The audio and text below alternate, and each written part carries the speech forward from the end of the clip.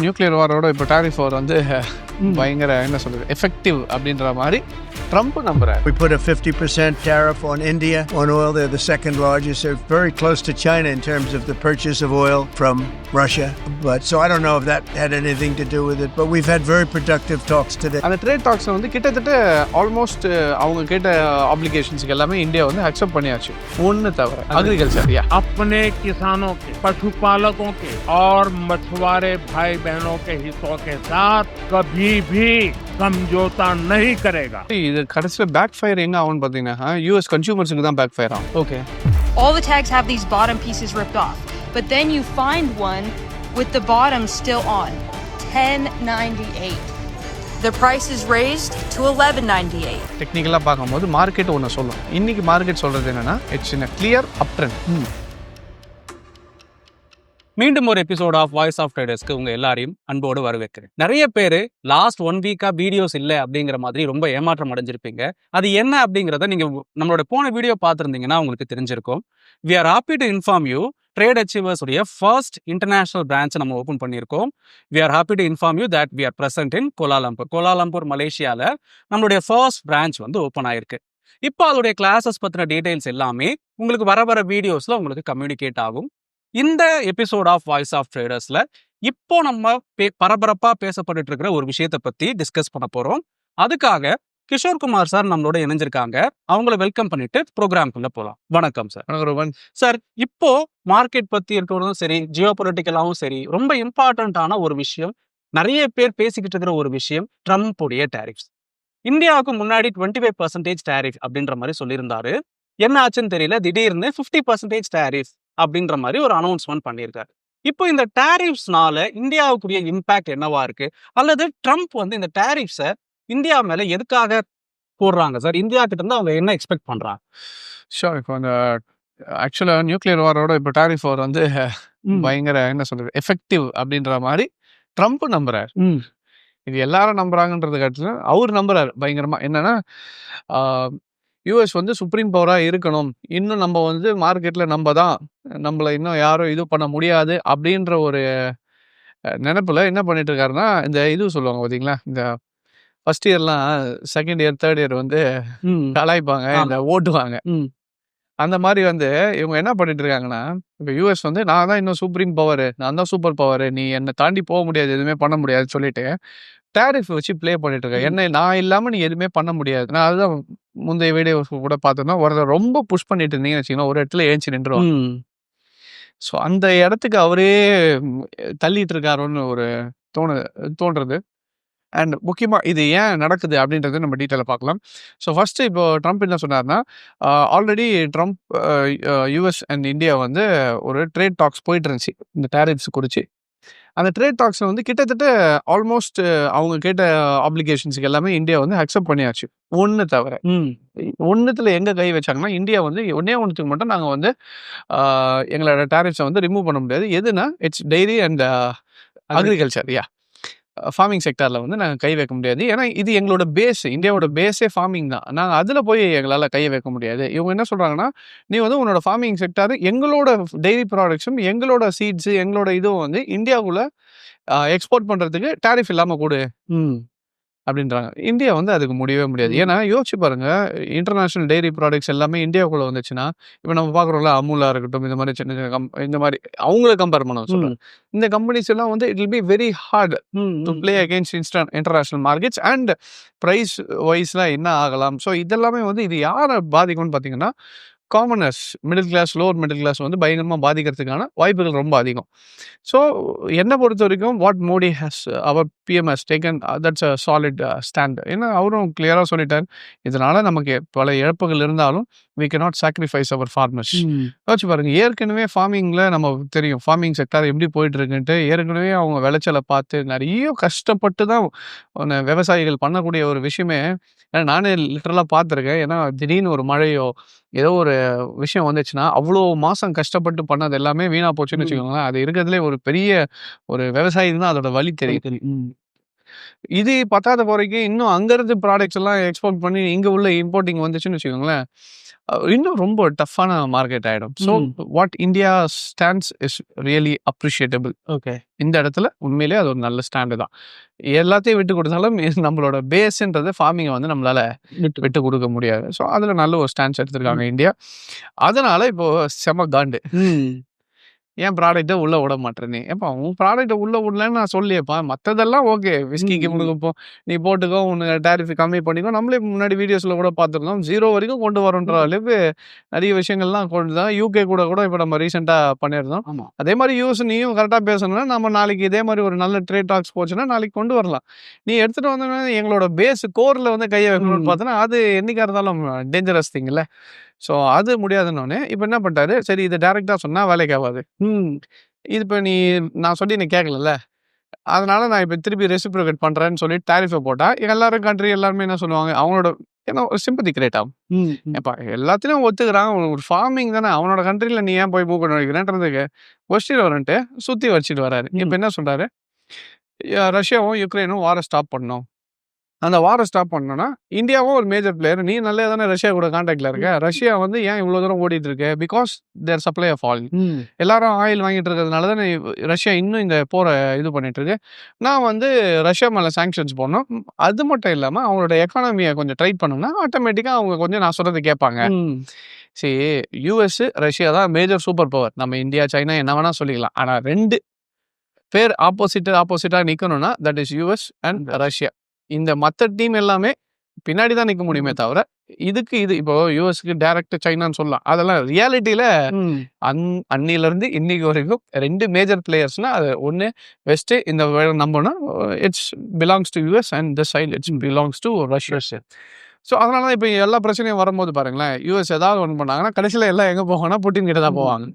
ஏன்னா it's obviously they are major supreme power இந்த சைடில். ஸோ இப்போ ட்ரம்ப் என்ன சொல்கிறாரு, இந்தியா வந்து $52 பில்லியன் ஒர்த் ஆஃப் ஆயிலை வந்து ரஷ்யா கிட்டேருந்து இம்போர்ட் பண்ணிட்டு இருக்கோம், அதில் கையவை. நீ வந்து ரஷ்யா கிட்டேருந்து ஆயிலை வாங்காத. நீ ரஷ்யா கிட்ட ஆயில் வாங்கலைன்னா ஆட்டோமேட்டிக்காக ரஷ்யன் எக்கானமி வீக் ஆகும். அப்போது நான் வந்து சொல்கிறத ரஷ்யா கேட்கும் அப்படின்ற மாதிரி கொண்டு வர்றாரு. இப்போ இந்தியா வந்து அதில் வாய்ப்பே கிடையாது. ஏன்னா நான் உன்னை நம்பிட்டு இருக்கிற நல்ல ரிலேஷன்ஷிப்பை விட்டேன்னா எனக்கு ஃபஸ்ட்டு இந்தியாவை வாங்க சொன்னது யாரு? இந்தியா மூலியமா வாங்கிக்கலாம் தான் யூஎஸ் பிளான் பண்ண. எல்லாமே பண்ணது நீங்க தான். வாங்க கனெக்ஷன் செட் பண்ணி விட்டது எல்லாமே நீ ஒரு 10 வருஷம் 20 வருஷத்துக்கு முன்னாடி ஒரு மாதிரி பேசுங்க, 10 வருஷம் கழிச்சு எங்களுக்கு நல்ல ஃப்ரெண்ட்ஷிப் ஆயிட்டு போறீங்க. இப்போ வந்து கட் பண்ண எப்படி பண்ண முடியும்?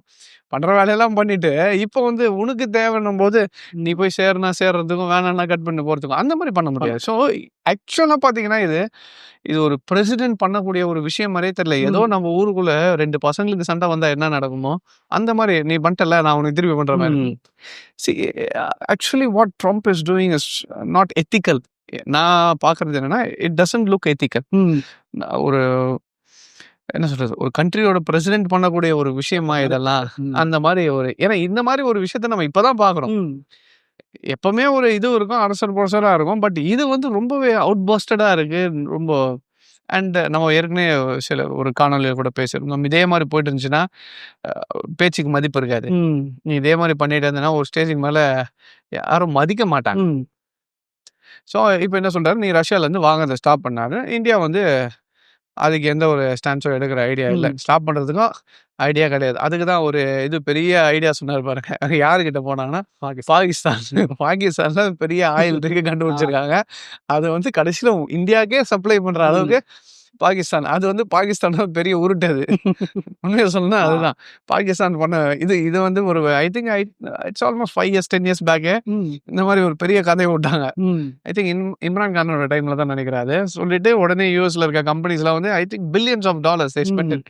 கடைசியில் காற்று தான் வந்துச்சு தவிர கொஞ்சம் கூட ஆயில் வரல. அதில் ஏமாந்துட்டு போயிட்டாங்க. இப்போ திருப்பியும் இந்த மாதிரி ஒரு விஷயத்த வந்து ஆரம்பிச்சு பண்ணிட்டு இருக்காங்க. இதை ட்ரம்ப் வந்து நம்புறாரு. அவரோட எப்படியும் இது உள்ளுக்குள்ள என்ன மேட்டர்ன்னு தெரியும் அவங்களுக்கும். ஏன்னா யூஎஸ் அந்த அளவுக்கு வந்து இதுவும் இல்லை. ஏன்னா they have their secret agents and every thing பார்த்துட்டு தான் பண்ணுவாங்க. இது அந்த டைமுக்கு சொல்லணுமே, ஏதாவது பாகிஸ்தான் கிட்ட வாங்கிக்கோங்க, எங்கேயாவது பாகிஸ்தான் கிட்ட வாங்க நிலைமையில இருக்கு. அவங்களே ஏற்கனவே எவ்வளோ டெப்த்ல போயிட்டு இருக்கிறாங்க எல்லாமே தெரியும். பாகிஸ்தான் அவங்க என்ன பண்ணாமோ பாகிஸ்தான்லாம் நம்ப முடியாது. And one more thing, it is not true. கண்டுபிடிச்சோம் ஆயில் இத்தனை இது supply, that is not true. போகஸை வச்சுட்டு சும்மா. ஸோ அந்த மாதிரி ஒரு விஷயத்த நடுவில் எடுத்து விட்டார். அண்ட் இது இல்லாமல் கொஞ்சம் பேச்சுகளும் என்னன்னா டெட் எக்கானமி, இந்தியாவை பார்த்து டெட் எக்கானமி, இதெல்லாம் வந்து அதான் சொல்றேன், ஒரு வேர்ல்டு லீடர் பேசக்கூடிய ஒரு பேச்சா தெரியல. ஓகே, இது ஏதோ சண்டை வந்துச்சுன்னா சின்ன பசங்க அடிச்சுக்கிட்டா எப்படி பேசுவாங்களோ அந்த மாதிரி பேசிட்டு இருக்காரு. இது இதே மாதிரி போயிட்டு இருந்துச்சுன்னா எவ்வளோ தூரம் போகல. And one more thing, the impact what Trump had from the beginning till now it's getting lesser and lesser. யோசிச்சு பாருங்க, 50% சாங்ஷன், 50% இந்தியா மேலே டாரிஃப் போட்டிருக்காங்க. இதுவே அவர் ஆஃபீஸ் வந்துட்ட பிறகு ஸ்டார்ட் பண்ண டைமில் 50% டாரிஃப் ஃபார் இந்தியா அப்படின்னு ஒரு விஷயத்த சொல்லியிருந்தாருன்னா, அவர் எலெக்டட் ஆகிட்ட பிறகு ஒரு லட்சம் ஒரு 1 or 2 monthsல இந்த டாரிஃப் வார்லாம் வரதுக்கு முன்னாடி சொல்லியிருந்தாருன்னா நிஃப்டி மினிமம் ஒரு 2000 பாயிண்டாவது அடிச்சிருக்கும். ஒரு மினிமம் 1500 to 2000 பாயிண்ட்ஸ் நிஃப்டி என்ன இருக்கணும் உங்களுக்கு கீழே வந்துருக்கும். இன்னைக்கு ஒரு சொல்லி முடிச்சுட்டு என்ன ஆச்சு, ஒன்றுமே ஆகலை. அதுதான் நம்ம ஏற்கனவே வீடியோலாம் பேசியிருந்தோம். என்னன்னா நிஃப்டி வந்து மேலே இருக்கு, கரெக்ஷன் ஃபேஸில் இருக்கு. கரெக்ஷன் எவ்வளோ தூரம் வரும்னா 24,400 வந்து சைட்வேஸோட பாட்டம் லெவல்ன்றது பேசியிருந்தோம். மார்க்கெட்டும் அதே மாதிரி 24,360 ஒரு 40 பாயிண்ட் அது கீழே பஃபர் எப்பவுமே வச்சுக்கணும். 400 சொன்னால் 400ல எக்ஸாக்ட் பாயிண்ட் ஆகுது, ஒரு 50-100 பாயிண்ட்ஸ் பஃபர் இருக்கும். அந்த பஃபர் பாயிண்ட் படி வந்துட்டு இன்னைக்கு ஆல்மோஸ்ட் 220 பாயிண்ட்ஸ் வந்து ரைஸ் ஆயிடுச்சு. இப்போ இவ்வளோ பெரிய டாரிஃப் 50% இந்தியா மேலே போட்டிருக்காங்க. என்ன ஆயிருக்கணும், அடிச்சு உடச்சி என்னத்துக்கு 1000 பாயிண்ட் மார்க்கெட் போய் நிற்கணும். இம்பாக்ட் ஆகிற மாதிரி தெரியல. இன்னொன்று மக்களும் அது பெருசாக இதுக்கப்புறம் நியூஸஸ்ல வந்து இதை வச்சு பெருசாக சொல்லிட்டே தான் இருப்பாங்க. இல்லை, ஏன்னா அது நியூஸோட வேலை. பட் அதோட இம்பாக்ட் ஒன்று இவ்வளோ பெருசாக இருக்கானா, Moody's has given report that இந்த மாதிரி போச்சுன்னா 0.03% ஆஃப் ஜிடிபி வந்து இந்தியாவுக்கு கொஞ்சம் கம்மியாகலாம்ட்டு. But whether it's a major impact, it's not a big impact. Okay, so இப்போ முக்கியமாக அந்த ரஷ்யாவும் யுக்ரைன் வாரை ஸ்டாப் பண்ணுறதுக்கு இந்தியாவை பகடக்காயை யூஸ் பண்ணலான்னு ட்ரை பண்ணுறாரு. ஏன்னா one of the major importer of oil from Russia. So இங்கே கையை வச்சோன்னா and India Russia has a good relationship. And இருக்கிற 3 டாப் கண்ட்ரீஸில் இந்தியா ஒன்று. இப்போ பிரிக்ஸ் எடுத்துக்கோங்க, Russia, India and China is the biggest country. இப்போ ஆஃப்ரிக்கன் கண்ட்ரிஸ் இருந்தாலும் உங்களுக்கு மேஜர் சூப்பர் பவர்ஸ்ன்றது நம்ம 3 பேர் தான். ஸோ இவனுங்களுக்குள்ள எப்படியாவது கனெக்ஷனை கட் பண்ணி விடணும்னு பார்த்தா, இது கட் பண்ணி விடலான்னு அவர் நினச்சது இன்னும் பாண்டை வந்து ஸ்ட்ராங் ஆயிடுச்சு. ஏன்னா இப்போ இந்தியா ஆட்டோமேட்டிக்காக இவர் இங்கே நியூஸை விடுறாரு, டாரிஃப் இங்கே போடுறாரு, அடுத்த நிமிஷம் நம்ம ஆளுங்க இங்கேருந்து ரஷ்யா கிளம்புறாங்க. இதுக்கு பத்தாததுக்கு சைனாவும் இப்போ நெக்ஸ்ட் என்ன சொல்லிட்டு இருக்காங்க, அங்கே ட்ரம்ப் கிட்ட பேசிட்டு இருக்க ஒரு நியூஸ் ரிப்போர்ட்டர் கேட்குறாரு, ஏன் இப்போ திடீர்னு இந்த டாரிஃப் இந்தியா மேலே? இந்தியா வந்து அவங்க கேட்குறாங்க, நியூ டெல்லியிலேருந்து போஸ்ட் போட்டிருக்காங்க, மற்ற நாடுகள்லாம் ரஷ்யா கிட்டேருந்து வாங்குறதே இல்லையா ஆயில், சைனா கூட தான் வாங்குது, ஏன் சைனா மேலே போடல? சைனா கிட்ட போட்டால் சைனா என்ன பண்ணான்றதை பார்த்துட்டாங்க. இவன் 25னா அவன் 35, 35னா 50, 100, 110, 200 வரைக்கும் போயிட்டு எதுவும் வேணாம் திருப்பி இறங்கி வந்துட்டாங்க. இது கடைசியில் என்ன ஆகும், நீ போட்டால் நான் போடுவேன். இந்தியா அந்த ஸ்டேட்டில் இல்லை. They are not in a position to bargain in such a way. China மாதிரி நம்ம பார்கெயின் பண்ணுற அளவுக்கு இல்லைனாலும் ரொம்ப தூரம் கொண்டு போக முடியாது. அதுக்கு நீங்கள் இந்தியாவை தள்ளியும் விட முடியாது. We are in a position to talk. அதனால தானே பேசிட்டு இருக்கீங்க. அதுவும் ஒன்று, நம்ம ஏதோ நீ இப்போ நார்மல் ஒரு கண்ட்ரி மேலே போய் சாங்ஷன் போட்டு நான் சொல்கிறதான், நீ வெனிசுவேலா கிடையாதுல்ல, இந்தியா. கரெக்ட். நீங்கள் பண்ணுற இதுவெல்லாம் இங்கே வந்து பண்ண முடியாது. India has taken it's stands. It's very good stands. இது முக்கியமாக ரஷ்யா மேலே இருக்கிற இது அண்ட் இந்த பிரிக்ஸோட இதுவும் அவருக்கு பேக் ஆஃப் த மைண்டில் இருக்கு. ஸோ எங்கடா டாலர் இது பண்ண போகிறாங்களோ, அது நல்ல வேர்டு இருக்கு, டீடாலரைசேஷன். ஸோ பண்ணிடுவாங்களோன்ற அந்த ஒரு பயம், அந்த அதான் சொல்றாங்களா, இட்ஸ் லைக் புலி.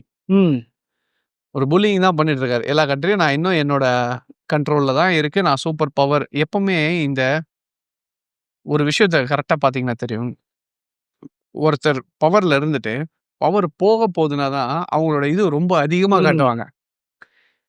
Once you know that your power is going to be lost அப்படின்ற பட்சத்துல அந்த கடைசி நிமிஷத்துல நான் இன்னும் இருக்கேன்னு சொல்லி ஓவரா என்ன பண்ணுவாங்கன்னா இருந்ததை காட்டிலும் அதிகமா காட்டுவாங்க, என்கிட்ட பவர் இருக்கு. ஏன்னா you know something is shifting towards another side. அப்போ உன் பவர் இருக்குன்னு காட்டுறத மாதிரி சொல்லலாம். அதை தான் இப்போ யூஎஸ் பண்ணிட்டு இதே நிலைமையில போச்சுன்னா we can see shift in economy. Okay, இந்த சூப்பர் பவர்னு சொல்லக்கூடிய இது வந்து மாறுறதுக்கான வாய்ப்புகள் இருக்கு. And what I think is it will be divided. இதுக்கப்புறம் ஒன் சிங்கிள் கண்ட்ரியோட ரூல்ன்றது எனக்கு தெரிஞ்சு பாசிபிலிட்டி இல்லை. It will be different countries club together. Maybe US கூட சிலது சைடு வாங்கலாம். இப்போ யூஎஸும் அது கூட இருக்க யூரோப்பியன் கண்ட்ரிஸாக இருக்கட்டும். இப்போ இந்த ஆனால் major 2 players will be Russia and US. இதில் எந்த கருத்துக்களும் இல்லை. பட் அந்த சூப்பர் பவர்ன்றது ஒரு குரூப் ஆஃப் டீமை தான் சொல்ல முடியுமே தவிர இண்டிவிஜுவலாக கையை வைக்கிறது டவுட். இப்போ ரஷ்யா, இந்தியா, சைனா இவங்கெல்லாம் ஒரு சைடில் எடுக்கிறாங்க. ஈஸ்ட் இந்த சைடில், அந்த சைடில் பார்த்தீங்கன்னா யூரோப்பியன் கண்ட்ரிஸாக இருக்கட்டும் அண்ட் யூஎஸ்ஆ இருக்கட்டும், கனடாவாக இருக்கட்டும். ஸோ இதெல்லாம் ஒரு சைடில் பிரிகிற மாதிரியும் போகிறதுக்கான வாய்ப்புகள். So it becomes a big என்ன சொல்ல world is setting a part. 2 சைட்லையும் 2 சூப்பர் பவர்ஸ் இருந்தாலும் அது கூட சேர போகிற டீமை வச்சு தான் இப்போ எந்த அளவுக்கு ப்ளே பண்ண போகிறாங்கன்றது நடந்துட்டு இருக்கு. And BRICS will be a major player. So பிரிக்ஸுக்கும் ஒரு பெரிய பாசிபிலிட்டிஸ் இருக்குது. ஆனால் ஒரே நாளில் இவங்கெல்லாம் மாற்றிட முடியுமானா அதெல்லாம் மாறுறதுக்கு வாய்ப்பே கிடையாது. அண்ட் டீடாலரைசேஷன் பாசிபிலிட்டி ஆனால் பாசிபிள் இல்லைன்னு சொல்ல முடியாது. ஆனால் இப்போ இருக்குன்றது கடினமான ஒரு விஷயம். இப்போ இருக்க ஏன்னா ட்ரேடு போயிட்டு இருக்க விஷயங்கள்ல டக்குன்னு நீங்கள் அந்த மாதிரி ஸ்டாப் பண்ணிட்டு மாற்ற முடியாது. கொஞ்சம் கொஞ்சமாக மாற்றிக்கலாம். ஓகே. ஸோ முக்கியமாக ட்ரம்ப் இவ்வளோ பண்ணுறதுக்கு reason they want to dominate Russia and sanctions போட்டு அவங்க கூட இருக்க நட்பு உறவுகளில் இருக்கக்கூடிய கண்ட்ரிஸ் எல்லாம் இந்த மாதிரி டேரிஃப்ஸ் போட்டு கட் பண்ண வச்சு ரஷ்யாவை வீக்கன் பண்ண வச்சு they want to show there super power. இதுக்காக தான் இவ்வளோத்தையும் இது டைரெக்டாக வந்து ஃபார்மிங் சொன்னாலாம் யாரும் ஒதுக்க மாட்டாங்கன்னு தெரியும். அதனால எப்படி சுற்றி வளைச்சி பண்ணலான்றது தான் இப்போ இந்த இது ஹாட் டாப்பிக்காக இப்போ போகக்கூடிய இந்த 50% டேரிஃப். ஓகே. இப்போ யூஎஸ் எடுத்துக்கிட்டிங்கன்னா சார் வேர்ல்டோட நம்பர் 1 எக்கனாமி. இந்தியா எடுத்துக்கிட்டிங்கன்னா வேர்ல்ட்லேயே fastest growing largest economy. So இந்த 2 நாடுகளுக்குரிய ஒரு கான்ஃப்ளிக்ட் வரும்போது அது இன்டர்நேஷ்னல் மார்க்கெட்ஸாக பாதிக்காதா சார்? இன்டர்நேஷ்னல் மார்க்கெட்ஸ் அல்லது இன்டர்நேஷ்னல் ஈக்விட்டி மார்க்கெட்ஸ் என்ன மாதிரியான ஒரு விளைவுகளை சந்திக்கும் சார்? சரி, இது கடைசியில் பேக் ஃபயர் எங்கே ஆகும்னு பார்த்தீங்கன்னா யூஎஸ் கன்சியூமர்ஸுக்கு தான் பேக் ஃபயர் ஆகும். ஓகே. இப்பயே பார்த்தீங்கன்னா இப்போ ரீசெண்ட் இதில் கூட யூடியூப்ல போஸ்ட்லாம் பார்த்தீங்கன்னா நிறைய பேர் எடுத்து போட ஆரம்பிச்சிட்டாங்க. வால்மார்ட்குள்ளே போயிட்டு நேற்று இருந்த ப்ரைஸ் இன்னைக்கு ப்ரைஸுக்கும் டிஃப்ரென்ஸ் இருக்குது. நேற்று வந்து 10.99 சென்ட்ஸ், இன்னைக்கு வந்து 11.99 சென்ட். $1 ஏறி இருக்கு. அப்போ $1 ஏறி இருக்குன்னா கிட்டத்தட்ட 10 to 11% ஹைக் வெஜிடபிள்ஸோட ப்ரைஸில் ஏறி இருக்கு. இது டேரிஃப்னால தான் வருது. கடைசியில் இந்த டேரிஃப் போய் யாரை பாதிக்கும்னா கன்சியூமரை தான் பாதிக்க போகுது. கன்சியூமர் பாதிக்கும் போது ஆட்டோமேட்டிக்காக கம்பெனிஸோட வேல்யூஸ் என்ன ஆகுன்றது கொஞ்சம் பொருந்து தான் பார்க்கணும். பட் இது ட்ரம்ப்ன்றதுனால தான் எவ்வளோ பிரச்சனை. இப்போ ஒரு பிளேன் சினாரியோல இது நடந்திருந்ததுன்னா இதோட இம்பாக்டே வேற. இது கிட்டத்தட்ட 6 மாசமா என்ன சொல்றது டெய்லி நியூஸ் மாதிரி ஆயிப்போச்சு. யோசிச்சு பாருங்களேன், என்னைக்காவது இந்த மாதிரி ஒரு நியூஸ் பார்த்துருப்போமா? யூஎஸ் இவங்க கூட சண்டை, யூஎஸ் அவங்க கூட சண்டை, எப்பயாவது ஒரு நியூஸ் வரும் யூஎஸ்ல இருந்து, இல்லை சைனா இந்த மாதிரி பண்ணுச்சுன்னு அந்த மாதிரி ஒரு நியூஸ் வரும். இது டெய்லி ஆயிடுச்சுன்னா பழகிடும். சரி, ஒரு நியூஸுக்கு வேல்யூவே ஸ்கேர்சிட்டி அண்ட் ரேரிட்டி, அதுதான் உங்களுக்கு வந்து வேல்யூ. டெய்லி வந்ததுன்னா அது பேர் என்ன சொல்றது பழகிட்ட. அதான் இவங்களுக்கு வேற இல்லப்பா, இதே தான் பண்ணிட்டு இருப்பாங்க. சரி, நேத்து இதுதானே ஆச்சு, நாளைக்கு இது ஏதாவது ஆகும். இன்னும் இன்னைக்கு ட்ரம்ப் நியூஸ் எதுவும் வரலையா? புரியுதுங்களா? ஆட்டோமேட்டிக்கா இது ஒரு ஸ்டேஜுக்கு மேல மக்கள் வந்து இன்னும் இன்னைக்கு எதுவும் வரலையா, இன்னைக்கு யாரையும் அடிக்கல, யாரையும் பேசல, ஏதாவது பேசியிருப்பாரு. ஸோ அந்த லெவலுக்கு போயிடுச்சுன்னா என்ன சொல்றது தட் அந்த strength for the news will be weakening and impacting the world economy will be very rare. எனக்கு தெரிஞ்சு இந்த 27th வரைக்கும் டெட்லைன் கொடுத்துருக்காரு.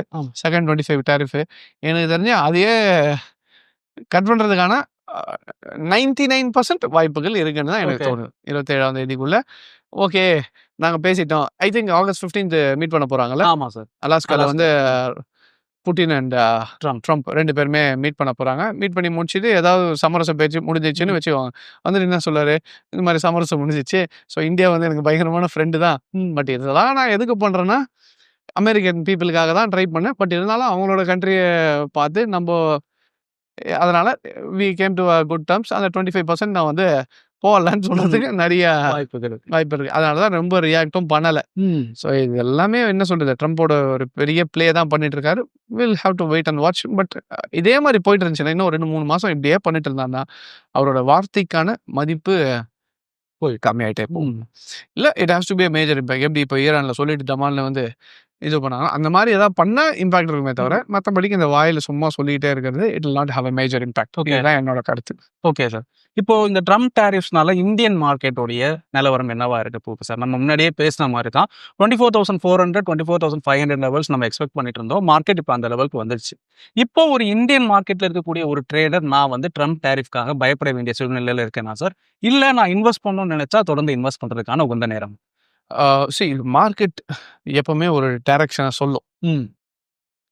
டெக்னிக்கலா பார்க்கும்போது மார்க்கெட் ஒன்று சொல்லும். இன்னைக்கு மார்க்கெட் சொல்றது என்னன்னா, it's in a clear up trend. இப்போ அப் ட்ரெண்ட் உடனே மறுபடியும் நம்ம ஆளுங்கெல்லாம் வந்து கமெண்ட் அடிப்பாங்க, சார் என்ன சார் டெய்லி கீழே வந்துருக்கு அப் ட்ரெண்ட். அப் ட்ரெண்டுக்கும் கரெக்ஷனுக்கும் வித்தியாசங்கள் உண்டு. அது புரியாத வரைக்கும் நிறைய பேர் அதை புரியாம கமெண்ட் அடிக்கிறாங்க. நீங்க புரியுற வரைக்கும் நானும் சொல்லிக்கிட்டே தான் இருக்க போறீங்க, நீங்களும் கமெண்ட் அடிச்சுட்டு தான் இருக்க போறீங்க. அது பிரச்சனை இல்லை. ஆனா ஒரு விஷயம் நீங்க புரிஞ்சுக்கல, கொஸ்டின் கேட்குறீங்கன்றதுனால ரியாலிட்டி தப்பாயிடாது. I have to speak the truth. I have to know, I have to say what is the reality fact. இதுதான் ஒரு மார்க்கெட்ல ஒரு மேலே போயிட்டு ஒரு 10,000 பாயிண்ட் மேலே போன மார்க்கெட் 2,000 பாயிண்ட் கீழே வருதுன்னா அது என்ன ட்ரெண்ட் தான்? அப் ட்ரெண்ட் தான். அப் ட்ரெண்ட்ல correction phases, there are different phases. அந்த ஃபேஸ்ல இப்போ இருக்கும் 24,400 கரெக்ஷன் ஃபேஸோட பாட்டம். இதுக்கு அடுத்த பாட்டம் இன்னும் இருக்கு. இன்கேஸ் உடச்சதுன்னா அடுத்த பாட்டமோட இருக்கு. ஆனால் டவுன் ட்ரெண்டானா கிடையாது. ஸோ அப்போ கரெக்ஷன்ன்றது it's a very good opportunity to invest. So இப்போ மார்க்கெட் கரெக்ஷன் ஃபேஸில் இருக்குது. கரெக்ஷன் ஃபேஸ் 24,400 இருக்குது. இதை பிரேக் ஆச்சுன்னா அடுத்த கரெக்ஷன் ஃபேஸோட பாட்டம் வரலாம். பட் ஆனால் முடிச்சிட்ட பிறகு correction is a very good opportunity to buy. கீழே வர வர 100 ரூபா பொருள் 90 ரூபாய்க்கு கிடைக்குதுன்னா வாங்க மாட்டோமா? வாங்குவோம், தாராளமாக வாங்குவோம். திருப்பி 100 ரூபா பொருள் 200 ரூபா ஆகும்னு தெரிஞ்சு 90 ரூபா 80 ரூபா கிடைக்குதுன்னா ஏன் வாங்க மாட்டோம்? நம்ம மைண்ட் செட்டு தான் காரணம். ஆனால் once you know the reality it's a good time to buy. கீழே வர வர பை பண்ணிட்டே இருங்க. ஒன்ஸ் மார்க்கெட், ஏன்னா இப்போ என்ன சொல்லுவாங்க, 24,000 சரி இப்படி வச்சுக்கோங்க, 25,000 26 போயிடுச்சு. இப்போ 27 போயிடுச்சுன்னா வாங்கிடுவீங்களா? அப்போ பயம் இருக்கும். ஏன் வாங்க மாட்டீங்க? 24லயே வாங்கியிருக்கலாமேன்னு தோணும். இதை தானே பண்றீங்க. இப்போ இந்த வாங்காதவங்க நீங்க மேலே போனாலும் வாங்க மாட்டீங்க, கீழே போனாலும் வாங்க மாட்டீங்க. அப்புறம் எதுக்கு வாங்கணும்னு நினைக்கிறவனுக்கு எது ஆப்பர்ச்சுனிட்டினா கீழே வரும்போது தான் ஆப்பர்ச்சுனிட்டி. இப்போ என்ன மாதிரி ஆளுக்கு கீழே வரும்போது டிஸ்கவுண்டட் ப்ரைஸ், மேலே ஏறும்ன்றது 100% கான்ஃபிடன்ஸ் இருக்கு. ஆனால் கொஞ்சம் டைம் எடுக்கும். ஆனால் ஏறும்போது ஏறும். அப்போ நான் டிஸ்கவுண்டட் ப்ரைஸை விடுறதுக்கு நான் தயார் இல்லை. நான் ஏற்கனவே ஒரு ஸ்ட்ராட்டஜிலாம் சொல்லியிருந்தேன், ஒரு 5% வாங்குறது. ஸோ இந்த மாதிரிலாம் டிஃப்ரெண்டாக ட்ரை பண்ணணும்னா it will be a better option. Okay. So எனக்கு தெரிஞ்சு this is a very good time for the markets. கீழே வரும்போது ஆப்பர்ச்சுனிட்டியாக பாருங்க, not a disaster. Okay. So Trump tariffs இருந்தா கூட இந்தியன் மார்க்கெட்ஸ்க்கு இது ஒரு பொற்காலம். ஒன்றும் பெருசு நிறைய இன்வெஸ்ட் பண்றதுக்கான ஒரு சான்ஸ் அப்படிங்கிறது. டெஃபினெட்லி. Thank you sir. கடைசியா ஒரு நேயர் விருப்பம் சார். நிறைய பேர் நம்ம எப்போ ரிவ்யூ வீடியோ போடுவோம் அப்படின்னு கேட்டுட்டே இருக்காங்க சார். எப்போ சார் ரிவ்யூ ப்ரிவ்யூ?